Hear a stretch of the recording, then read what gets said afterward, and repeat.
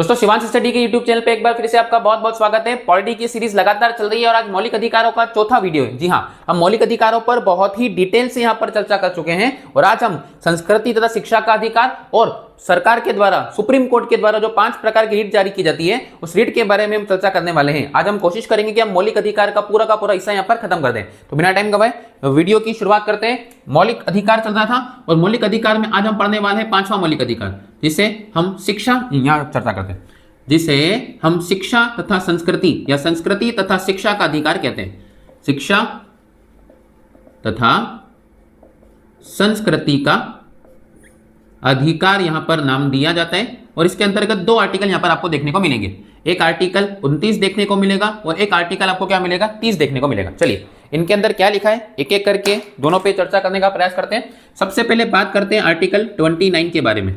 29 में अल्पसंख्यकों के बारे में। अल्पसंख्यक अपने अधिकारों की, अल्पसंख्यक अपने अधिकारों की रक्षा यहां पर कर सकते हैं। अल्पसंख्यकों को अपने अधिकारों की रक्षा करने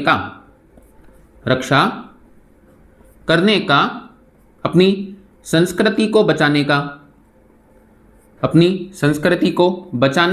अपनी भाषा को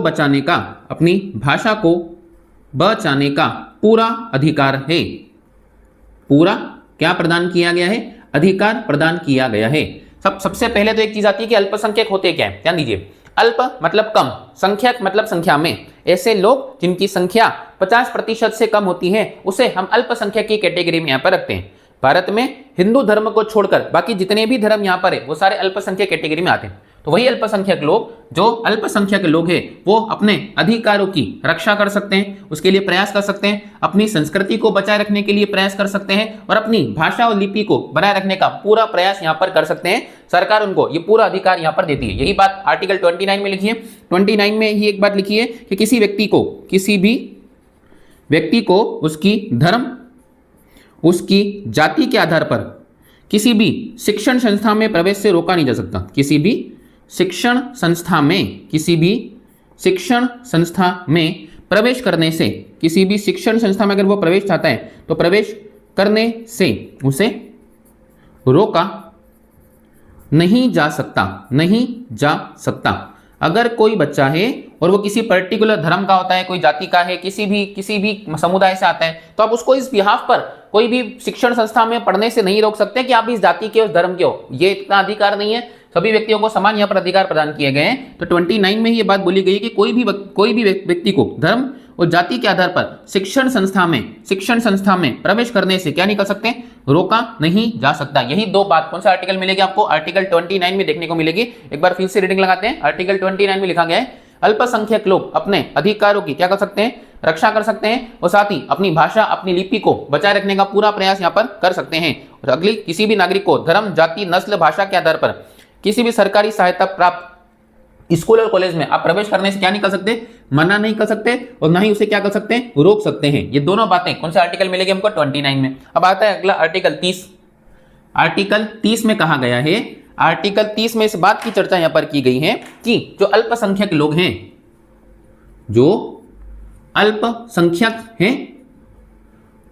वह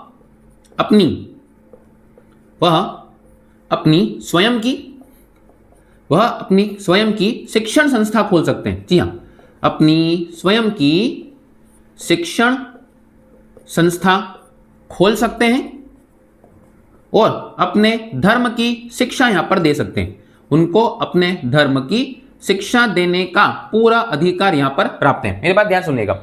आर्टिकल 28 में हमने ये बात पढ़ी थी कि जितने भी स्कूल और कॉलेज हैं जो सरकार के द्वारा वित्त पोषित है, अर्थात जिनको सरकार से फंडिंग आती है, जो सरकार द्वारा चलाए जा रहे हैं, वहां पर किसी भी पर्टिकुलर धर्म की शिक्षा प्रदान नहीं की जा सकती है। लेकिन यही बात आर्टिकल 30 में कह दी गई है कि कोई भी अल्पसंख्यक जो है वो अगर अपने स्वयं की शिक्षण संस्था खोलना चाहता है, अपना स्कूल खोलना चाहता है, अपना कॉलेज खोलना चाहता है और वहां पर अपने धर्म की शिक्षा देना चाहता है, तो यहाँ पर उसको पूरा अधिकार है कि वो अपने धर्म की शिक्षा दे सकता है। लेकिन वो संस्था सरकार द्वारा संपोषित नहीं होनी चाहिए। वो सरकार अपने अल्पसंख्यक अपने स्वयं के लिए अपनी शिक्षण संस्था खोलकर अपने धर्म की शिक्षा देने का उनको क्या दिया गया है, पूर्ण अधिकार यहाँ पर दिया गया है। और इसी बात का वर्णन आर्टिकल कहाँ किया गया, 30 में किया गया। और यही अल्पसंख्यक लोग, यही अल्पसंख्यक अपनी संपत्ति रखने का भी क्या दिया गया, इनको अधिकार दिया गया है। संपत्ति को रखने का अधिकार यहाँ पर दिया गया है, रखने का क्या है, पूरा अधिकार है। और अगर सरकार इनकी संपत्ति को क्या करती है, अगर अधिग्रहण करती है तो सरकार को इनके लिए पूरा मुआवजे करने का भी पूरा अधिकार यहाँ पर प्रदान है। तो आई होप आपको ये दोनों आर्टिकल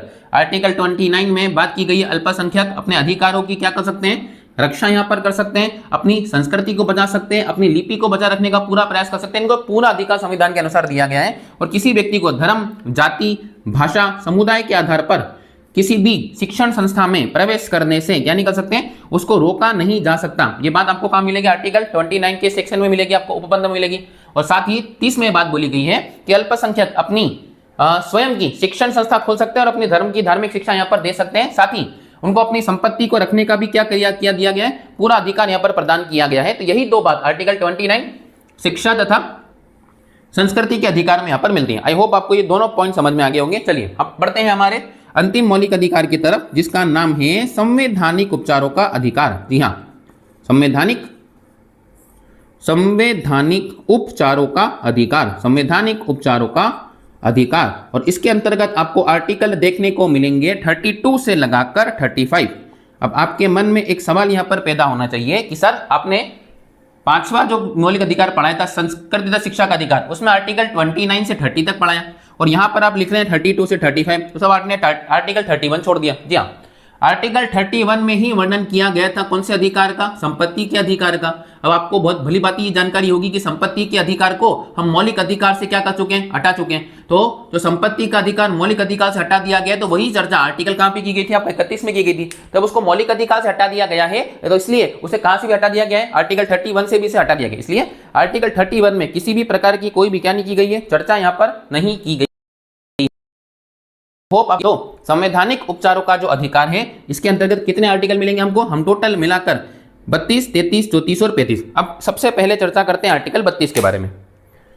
अनुच्छेद 32 के बारे में सबसे पहले चर्चा करते हैं, ठीक है। अनुच्छेद 32 को डॉक्टर भीमराव अंबेडकर ने, डॉक्टर अंबेडकर साहब ने इसे संविधान की क्या कहा है, आत्मा कहा है। जी हाँ, आर्टिकल 32 को डॉक्टर भीमराव अंबेडकर ने संविधान की आत्मा कहा है। सब इसके अंदर लिखा क्या है, एक तो सबसे इंपॉर्टेंट पॉइंट आपके लिए ये होगा कि कौन से आर्टिकल का संविधान की आत्मा का है, तो आर्टिकल 32 को संविधान की आत्मा यहां पर कहा गया। अब इसके अंदर क्या लिखा है, यदि कोई भी व्यक्ति, यदि कोई भी आपके मौलिक अधिकार को, आपके मौलिक अधिकारों को छीनता है, कोई भी आपके मौलिक अधिकारों को छीनता है, तो आपके पास में सीधे सुप्रीम कोर्ट जाने का अधिकार होता है। यदि किसी व्यक्ति के द्वारा, किसी संस्था के द्वारा, सरकार के द्वारा भी आपसे मौलिक अधिकार अगर छीने जा रहे हैं, तो हम आर्टिकल 32 के तहत सीधे कहां जा सकते हैं, सुप्रीम कोर्ट में इस बात की अपील यहां पर कर सकते हैं कि हमारे खिलाफ या हमारे लिए यह चीजें की जा रही है। आई होप आपको ये बात समझ में होगी। आर्टिकल 32 के तहत कोई भी व्यक्ति आपके मौलिक अधिकार नहीं छीन सकता। अगर कोई भी सरकार, संस्था आपसे आपके मौलिक अधिकार छीनती है, तो हम उसके खिलाफ कहां जा सकते हैं, सुप्रीम कोर्ट जाने का हमको पूरा अधिकार है। यही चर्चा आर्टिकल कहां देखने को मिलेगी, 32 में यहां पर देखने को मिलेगी, जिसे डॉक्टर अंबेडकर साहब ने, मोस्ट इंपोर्टेंट पॉइंट, एक एग्जाम में काफी बार एक पॉइंट पूछा गया है, संविधान की क्या कहा है, आत्मा कहा है। अब इसी को थोड़ा आगे बढ़ाते हैं। इसी आर्टिकल 32 के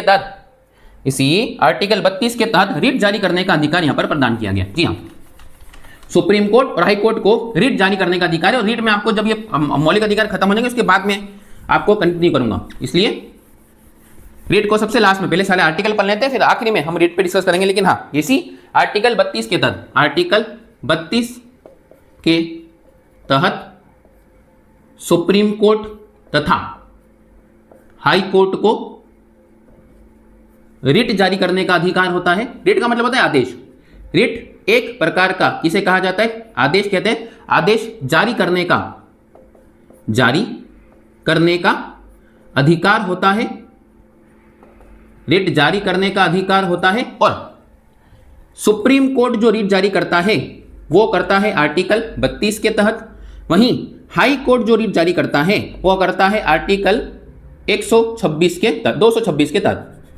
आर्टिकल 226 के तहत रिट जारी करेगा। जी हाँ, सुप्रीम कोर्ट को रिट जारी करने का अधिकार आर्टिकल 32 के तहत है, वहीं हाई कोर्ट को रिट जारी करने का अधिकार 226 के तहत देखने को मिलेगा। आई होप आपको ये दोनों पॉइंट समझ में आएंगे।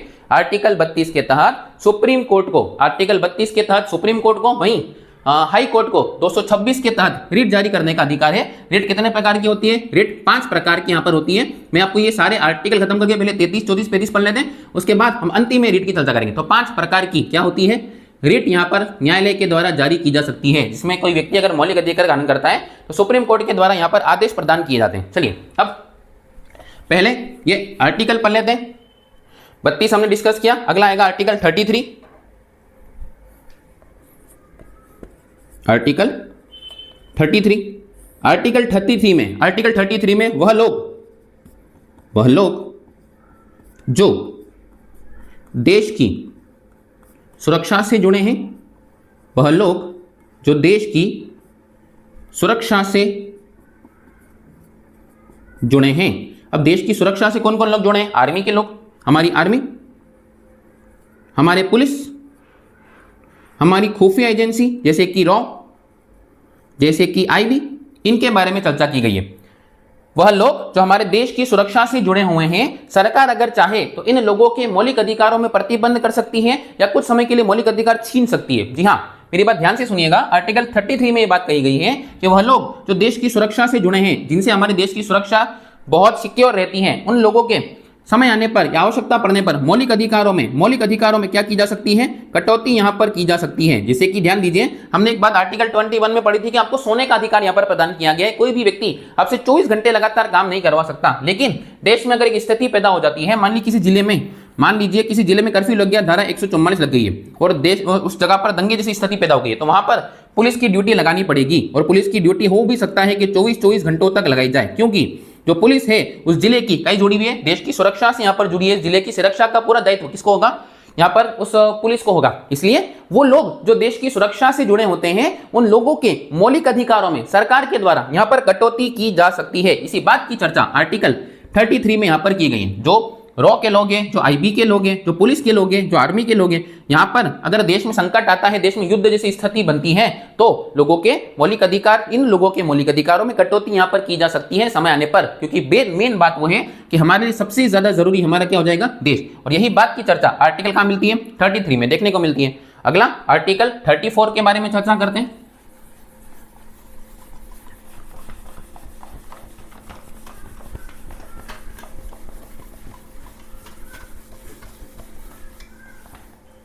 देखिए अगला आर्टिकल 34 संबंधित है मार्शल लॉ से। जी हाँ, मैं आपको समझा के दिखा देता हूं। मार्शल लॉ से संबंधित है, मार्शल लॉ से संबंधित है। अब ये मार्शल लॉ क्या होता है? मार्शल लॉ एक ऐसा कानून जो सेना के द्वारा अप्लाई किया जाता है। कुछ ऐसे क्षेत्र भारत में होते हैं, जो विदेशी सीमा से लगे होते हैं, जहां पर गतिविधियां लगातार होती है, जैसे जम्मू कश्मीर वाला क्षेत्र, इधर चाइना वाला क्षेत्र आपका, जो पूरी बॉर्डर जो अलग अलग देशों की विदेशी सीमा से लगा होता है, वहां पर सरकार के द्वारा कुछ नियम कानून लगाए थे। जैसे कि आपने आर्टिकल 22 में हमने पढ़ा था, याद कीजिए, AFSPA, arm force special power act, arm force special power act, एक प्रिवेंशन ऑफ टेररिज्म एक्ट। ये जितने भी ऐसे नियम हैं, इनको मार्शल लॉ यहां पर कहा जाता है। मार्शल लॉ मतलब सीधे समझे सेना का कानून, जहां पे सेना का पूरे तरीके से क्या होता है? कंट्रोल यहां पर होता है। अब अगर मार्शल लॉ वाला कोई क्षेत्र है, अगर वहां पर किसी व्यक्ति के मौलिक अधिकार का हनन हो सकता है, मार्शल लॉ वाला क्षेत्र एक ऐसा क्षेत्र जहां पर क्या लगा हुआ है? मार्शल लॉ लगा हुआ है, तो उस क्षेत्र में लोगों के मौलिक अधिकारों का कुछ समय के लिए प्रतिबंधित कर सकते हैं या कटौती की जा सकती है वहां पर मौलिक अधिकारों का कुछ समय के लिए, क्योंकि वहां पर अगेन बात आ जाती है देश की सुरक्षा की, अगेन देश की कहीं पे बात आ जाती है, आपका सुरक्षा पे यहां पर बात आ जाती है। इसलिए कहा गया है कि हम उस क्षेत्र में जहां मार्शल लॉ लागू किया गया है, AFSPA, POTA, prevention of terrorism act जैसे एक्ट यहां पर लागू होते हैं, तो वहां पर हम मौलिक अधिकारों में क्या कर सकते हैं? कटौती यहां पर कर सकते हैं। इसी बात की चर्चा आर्टिकल कहां की गई है? 34 में यहां पर की गई, जो किससे संबंधित है? मार्शल लॉ से यहां पर संबंधित है। तो आर्टिकल 33 में यहां पर यह कहा गया कि वह लोग जो देश की सुरक्षा से जुड़े हुए, जैसे मैंने आपको बताया, आर्मी के लोग हैं, पुलिस के लोग हैं, रॉ के लोग हैं, आईबी के लोग हैं, हम इनके मौलिक अधिकारों को में कटौती कर सकते हैं। समय आने पर मौलिक अधिकार बहुत कम किए जा सकते हैं। आर्टिकल 34 में भी इसी बात की तरह की, जो क्षेत्र मार्शल लॉ से संबंधित है, वहां पर सेना के द्वारा लोगों के मौलिक अधिकार कुछ समय के लिए छीने जा सकते हैं। या कुछ समय के लिए इस क्षेत्र में मौलिक अधिकारों को कटौती यहां पर कर सकते हैं, मौलिक अधिकारों को हनन यहां पर किया जा सकता है। हनन तो नहीं करेंगे लेकिन हाँ मौलिक अधिकार को सीमित यहां पर किया जा सकता है। सबसे अच्छा शब्द होगा मौलिक अधिकारों को सीमित हम कर सकते हैं ताकि देश की सुरक्षा पर किसी भी प्रकार की कोई भी आंच ना आए, वरना मौलिक अधिकारों की आड़ में कुछ लोग इसका गलत उपयोग यहां पर कर सकते हैं। आर्टिकल 35 जो लास्ट हमारा मौलिक अधिकार है, आर्टिकल 35 में चर्चा की गई है कि संसद मौलिक अधिकार के संबंध में, संसद को मौलिक अधिकार के संबंध में, संसद को मौलिक अधिकार के संबंध में कानून बनाने का अधिकार है। मौलिक अधिकार के संबंध में कानून बनाने की, कानून को बनाने की शक्ति प्राप्त है, शक्ति प्राप्त है। जैसे जितने भी ऐसे एक्ट हैं, जितने अपन मौलिक अधिकार पढ़े उनमें कुछ भी ऐसा पॉइंट है जहां सजा का प्रावधान है, जैसे आर्टिकल 17, आर्टिकल 17 में अगर कोई ऐसा भेदभाव करता है, छुआछूत करता है तो सरकार नियम कानून बना सकती है। तो मौलिक अधिकार से जितने भी पॉइंट हैं, हमने जो 12 से 35 पढ़े, अगर सरकार को नियम कानून बनाना है तो ये आर्टिकल 35 संसद को यह अधिकार देता है कि मौलिक अधिकार से जुड़े काय का निर्माण कर सकती है सरकार, कानून का निर्माण कर सकती है। आर्टिकल 35 संसद को यह अधिकार देता है कि मौलिक अधिकार से जुड़े कानूनों का निर्माण यहां पर किया जा सकता है। तो ये हो जाएगा आर्टिकल 33, ये हो जाएगा आर्टिकल 34 और ये हो जाएगा आर्टिकल 35। अगर एक एक लाइन में हम डिकोड करने का प्रयास करें कीवर्ड्स में, तो 33 में वह लोग जो देश की सुरक्षा से जुड़े उनके मौलिक अधिकारों में सीमित या कटौती कर सकते हैं। 34 मार्शल लॉ लगे क्षेत्र में मौलिक अधिकारों को सीमित किया जा सकता है और 35 संसद को मौलिक अधिकार से जुड़े कानून बनाने की शक्ति प्राप्त है। अब जल्दी से इसका स्क्रीनशॉट ले लीजिए ताकि मैं इसको और आगे अपन कंटिन्यू कर पाएंगे। ठीक है, अब हम बची रीड, हम 5 प्रकार की रीड के बारे में यहाँ पर चर्चा करते हैं। यहां तक की बातें आई होप आप सभी को समझ में आ गई होगी। ठीक है, चलिए अब लास्ट टॉपिक बचता है हमारा रीड, तो रीड के ऊपर चर्चा करते हैं। रीड बहुत सारे बच्चों को ये रीड समझ में नहीं आती है। दिक्कत ये है कि रीड के जो कीवर्ड्स हैं वो थोड़े से टफ पड़ते हैं। रीड के जो कीवर्ड्स होते हैं, जो बंदी प्रत्यक्षीकरण, परमादेश, अधिकार प्रेक्षालेख, तो बच्चों को वर्ड टफ लगते हैं। तो वो खाली शब्दों से घबराना नहीं है आपको, केवल शब्द ही टफ है, लेकिन उसके अंदर जो बातें लिखी है वो बातें काफी ज्यादा आसान है। तो वहां पर आपको इतनी ज्यादा दिक्कत करने की कोई भी जरूरत नहीं है। चलिए मैं आपको बहुत आसान भाषा में समझाऊंगा, बिल्कुल चिंता मत कीजिए इस बातों पर। कठिन कुछ भी नहीं होता है, आपने उन चीज़ों को मान लिया कि वो चीज़ें कठिन है। अगर आप चीज़ों को बहुत अच्छे तरीके से रिवीजन लगाते हैं, बार बार एक बार पे पढ़ने पे चीज़ें किसी को भी याद नहीं होती है। तो आप ये चिंता मत कीजिए, साहब हमने पढ़ा तो था लेकिन हमको याद नहीं हुआ। एक बार में नहीं याद होती है चीज़ें, आपको लगातार 3-3, 4-4 बार चीज़ों का रिविजन करना पड़ेगा। चलिए अब चर्चा करते हैं रीड्स के बारे में। मैंने अभी बताया रीड का मतलब होता है आदेश, और आदेश किसके द्वारा दिया जाएगा, तो आदेश दिया जाएगा न्यायालय के द्वारा। न्यायालय हमको आदेश देता है। न्यायालय, दो न्यायालय, एक होता है सुप्रीम कोर्ट जो आर्टिकल 32 के तहत आदेश दिया जाएगा, एक होता है हाई कोर्ट जो आर्टिकल 226 के तहत आदेश देगा। अर्थात सुप्रीम कोर्ट को आर्टिकल 32 के तहत रीट जारी करने का अधिकार है, वहीं हाई कोर्ट को आर्टिकल 226 के तहत रीट जारी करने का अधिकार यहां पर प्रदान किया गया। आई होप आपको ये पॉइंट समझ में आया होगा। चलिए आगे बढ़ते हैं। सबसे पहले 5 प्रकार की रीट, 5 प्रकार। सबसे पहले आप इनके नाम याद कर लीजिए। 5 प्रकारों में सबसे पहले आती है बंदी प्रत्यक्षीकरण,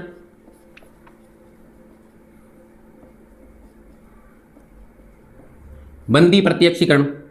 दूसरी आती है परमादेश, तीसरी आती है अधिकार प्रेक्षालेख, अधिकार प्रेक्षालेख 1, 2, 3। चौथी आती है उत्प्रेषण, और लास्ट आती है प्रतिषेध लेख, प्रतिषेध लेख। ये 5 प्रकार की रीट्स है। आपको शब्दों से बिल्कुल भी घबराने की आवश्यकता नहीं, बहुत ही आसान भाषा में, खाली शब्द कठिन है, बाकी चीजें बहुत ही आसान लिखी है। बंदी प्रत्यक्षीकरण, परमादेश, अधिकार प्रेक्षालेख, उत्प्रेषण और प्रतिषेध लेख। चलिए एक एक करके इन सभी पर चर्चा करते हैं। सबसे पहले चर्चा करते हैं बंदी प्रत्यक्षीकरण। जी हाँ, बंदी को प्रत्यक्ष किया जाए, किसके सामने, न्यायालय के सामने, नाम हो जाएगा बंदी प्रत्यक्षीकरण।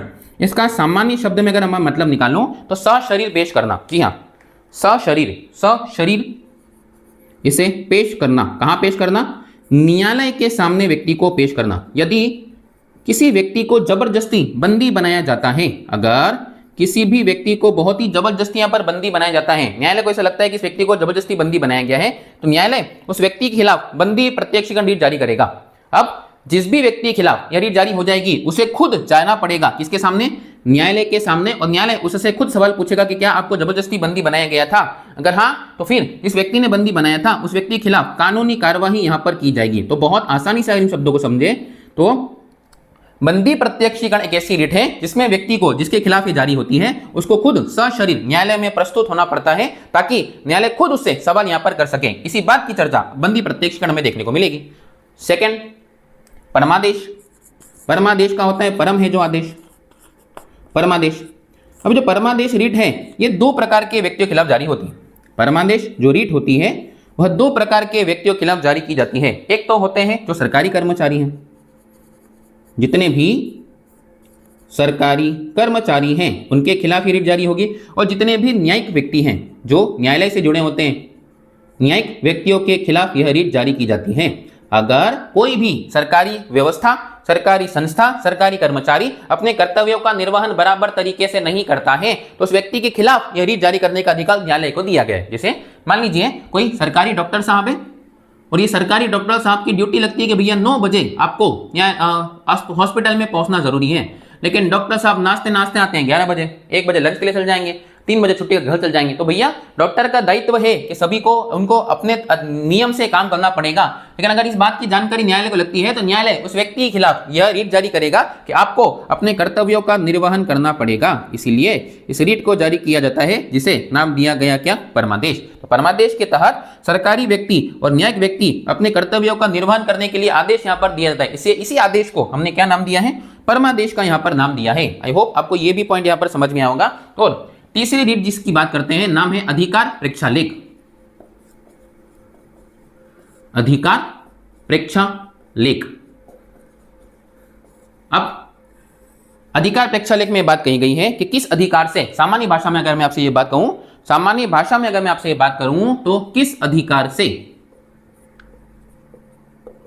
मतलब व्यक्ति को जो काम दिया गया है सरकार के द्वारा, अथॉरिटी के द्वारा जो काम जो दिया गया है वही काम आपको करना है। आप अपने अधिकारों से ऊपर उठकर काम नहीं कर सकते, अपने अधिकारों से ऊपर उठकर काम नहीं कर सकते। यही बात की चर्चा कहाँ की गई है, अधिकार प्रेक्षालेख में। मान लीजिए एक कोई ऑफिस है और ऑफिस में कोई पियून काम करता है। अब पियून का काम होता है लोगों की हेल्प करना, पानी पिलाना, साफ सफाई की व्यवस्था करना, सरकार कोई फाइल को चाहिए तो उनको मुहैया कराना। लेकिन पियून साहब कुछ अलग ही काम कर रहे हैं, साइन करवा रहे हैं, पैसे देकर साइन करवा रहे हैं, ये उनका काम नहीं है।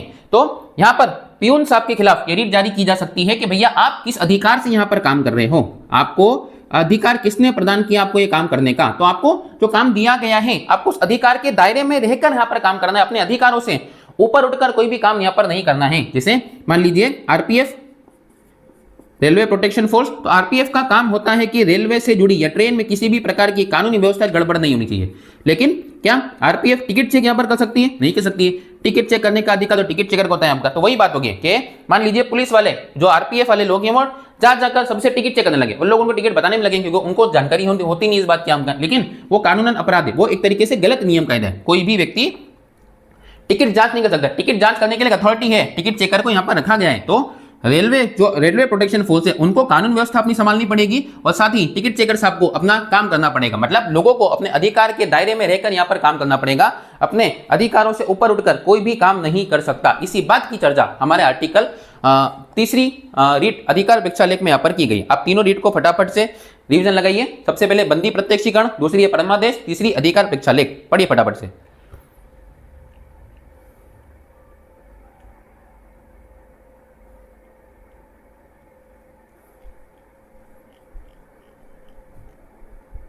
ठीक है, चलिए आगे बढ़ते हैं। अब चौथी आती है प्रतिषेध लेख। अब ये दोनों एक साथ ही है तो उनको एक साथ करने का देता हूं। प्रतिषेध लेख,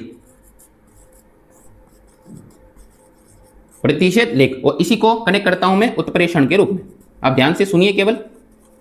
उत्प्रेषण, ये दोनों एक ही जैसी रेट है, ध्यान दीजिए। मान लीजिए किसी निचली न्यायालय में कोई मामला चल रहा है, कोई निचली अदालत है और इस निचली अदालत में कोई भी क्या चल रहा है, मामला चल रहा है, बराबर है। अभी जो मामला यहां पर चल रहा है उच्च न्यायालय को लगता है, ऊपरी न्यायालय जो उसके ऊपर बैठी हुई है उसको लगता है कि इस मामले में जो फैसला है वो गलत आ सकता है, इस मामले में जो फैसला है वो गलत आ सकता है। तो अब फैसले आने के पहले जो अपर न्यायालय है, जो उच्च न्यायालय है, इस मामले को किसी दूसरे न्यायालय में स्थानांतरित कर सकती है। किसी दूसरे मामले में क्या कर देगी, स्थानांतरित कर देगी। मेरी बात ध्यान सुनिए, मैं आपको एक अच्छे समझाता हूं। मान लीजिए कोई राजस्थान हाईकोर्ट है, एग्जाम्पल के तौर पे, ये केवल एग्जाम्पल है, वहां पे किसी व्यक्ति के खिलाफ कोई मामला दर्ज है। ऊपरी न्यायालय को लगता है कि इस मामले में जो फैसला आ सकता है वो फैसला गलत आ सकता है, उसका पीछे कारण जो भी हो सकता है। तो सुप्रीम कोर्ट अब इस मामले की सुनवाई राजस्थान हाईकोर्ट से लेकर किसी दूसरी कर्नाटक या केरल हाईकोर्ट में ट्रांसफर कर देगी, ताकि जो मामला है वो फैसला क्या सुनाई जाए, सही सुनाया जाए। हो सकता है जिस व्यक्ति के खिलाफ मामला चल रहा हो वो बहुत बाहुबल हो उसके पास में, उस राज्य में उसका बहुत वर्चस्व हो, तो उस व्यक्ति के खिलाफ वहां पर हो सकता है कि मामला गलत आ सके, या उस फैसला आने के बाद उस जगह बहुत सारा कानून व्यवस्था खराब हो सके। तो फिर न्यायालय उसको क्या करेगा, दूसरी कोर्ट में यहाँ पर ट्रांसफर कर देगा। यही बात की चर्चा प्रतिषेध लेख में यहाँ पर की गई है, ताकि लोगों का भरोसा किस पे बना रहे, न्यायालय पे यहाँ पर बना रहे। यही बात आर्टिकल 4 रीट में जारी की जाती है। और उत्प्रेषण में खाली चेंजेस ये हैं कि जब न्यायालय फैसला सुना चुकी होती है, निचली न्यायालय ने क्या कर दिया है, फैसला सुना दिया है, निचली न्यायालय फैसला सुना चुकी है और वो फैसला ऊपर न्यायालय को लगता है कि फैसला गलत है, तो फिर ऊपरी न्यायालय उस मामले को कैंसिल कर देगी और फिर से अपने पास बुलवाकर, मतलब सुप्रीम कोर्ट अब फिर से उस मामले की क्या करेगा, सुनवाई यहां पर करेगा। मेरी बात सुनिए, दोनों में खाली इतना डिफरेंस है कि प्रतिषेध लेख में जब फैसला नहीं आया हुआ होता है तो फैसला ना आने के पहले वो रीट जारी की जाती है प्रतिषेध लेख, न्यायालय उस मामले को किसी दूसरी कोर्ट में शिफ्ट कर देगा। लेकिन उत्प्रेषण में जो फैसला आ चुका है, लेकिन सुप्रीम कोर्ट को लगता है कि जो फैसला आया है ये फैसला सही नहीं है, ठीक नहीं है, तो सुप्रीम कोर्ट उस मामले को फिर से बुलाकर अपने पास बुलवा लेगा और फिर से उसकी सुनवाई यहां पर करेगा। इसी को हमने क्या नाम दिया, उत्प्रेषण यहां पर नाम दिया। तो ये हो जाएगी टोटल 5 प्रकार की रीट, जिसमें हमने बंदी प्रत्यक्षीकरण के बारे में चर्चा करी, दूसरा परमादेश, तीसरा अधिकार प्रेक्षालेख, चौथा उत्प्रेषण और 5वां हो जाएगा प्रतिषेध लेख। मैं पीछे हटता हूं, अब जल्दी से इसका स्क्रीनशॉट ले लीजिए ताकि आप इन चीजों को बहुत आसानी से क्या कर पाए, रिवाइज यहां पर कर पाए। आई होप आपको ये 5 रीट अब आसान लग रही होगी और आपको इन 5 में कोई भी दिक्कत नहीं आएगी। फिर भी अगर आपको कोई दिक्कत आती है तो नीचे कमेंट सेक्शन में मुझे कमेंट जरूर लिखिएगा कि साहब इस वाली रीट में मुझे दिक्कत आ रही है, मैं आपकी और भी सहायता करने का यहाँ पर प्रयास करूंगा। नीचे टेलीग्राम का लिंक दिया हुआ है, आप टेलीग्राम लिंक ज्वाइन कर लीजिए ताकि ये जो पढ़ाया जाता है उनके मैं आपको नोट्स वहां पर प्रोवाइड कर दूंगा। तो आप नीचे टेलीग्राम ग्रुप का लिंक दिया हुआ है, आप वहां पर ओके करके सभी नोट्स यहाँ पर पा सकते हैं। अगर आप वीडियो अभी तक देख रहे हैं तो प्लीज वीडियो को लाइक कीजिए, चैनल को सब्सक्राइब करना बिल्कुल मत भूलिएगा। मिलते हैं अगली वीडियो में, तब तक के लिए जय हिंद।